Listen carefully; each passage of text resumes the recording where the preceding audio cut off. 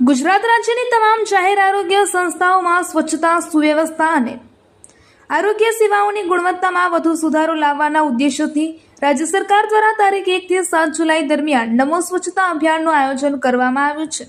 રાજ્ય કક્ષાએ મુખ્યમંત્રી શ્રી ભૂપેન્દ્ર પટેલના વરદ હસ્તે અભિયાનનો રાજ્યવ્યાપી શુભારંભ કરવામાં આવ્યો હતો, જેનું જીવન પ્રસારણ પાટણ જિલ્લાના કાર્યક્રમમાં પણ નિહાળવામાં આવ્યું હતું।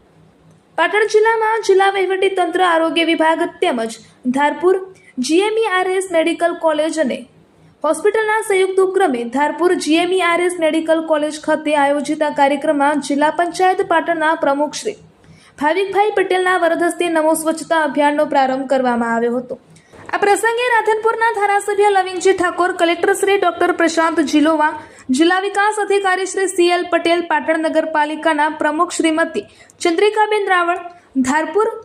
GMERS મેડિકલ કોલેજના dean Shri, medical superintendent Shri, અન્ય પદાધિકારીઓ, મુખ્ય જિલ્લા આરોગ્ય અધિકારી શ્રી, આરોગ્ય વિભાગના અધિકારીઓ, કર્મચારીઓ તેમજ નર્સિંગ સ્ટાફ ઉપસ્થિત રહ્યા હતા। આ કાર્યક્રમ દરમિયાન સ્વચ્છતા, સુવ્યવસ્થા અને દર્દી કેન્દ્રિત આરોગ્ય સેવાઓને વધુ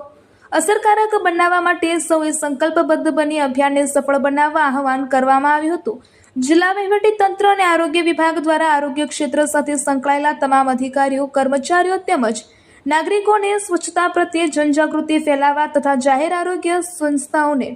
વધુ સ્વચ્છ, સુવ્યવસ્થિત અને ગુણવત્તાસભર બનાવવા સક્રિય સહભાગી બનવા અનુરોધ કરવામાં આવ્યો હતો। તારીખ 1 થી 7 જુલાઈ 2026 દરમિયાન જિલ્લાના તમામ સરકારી આરોગ્ય સંસ્થાઓમાં વિશેષ સ્વચ્છતા અભિયાન હાથ ધરવામાં આવશે,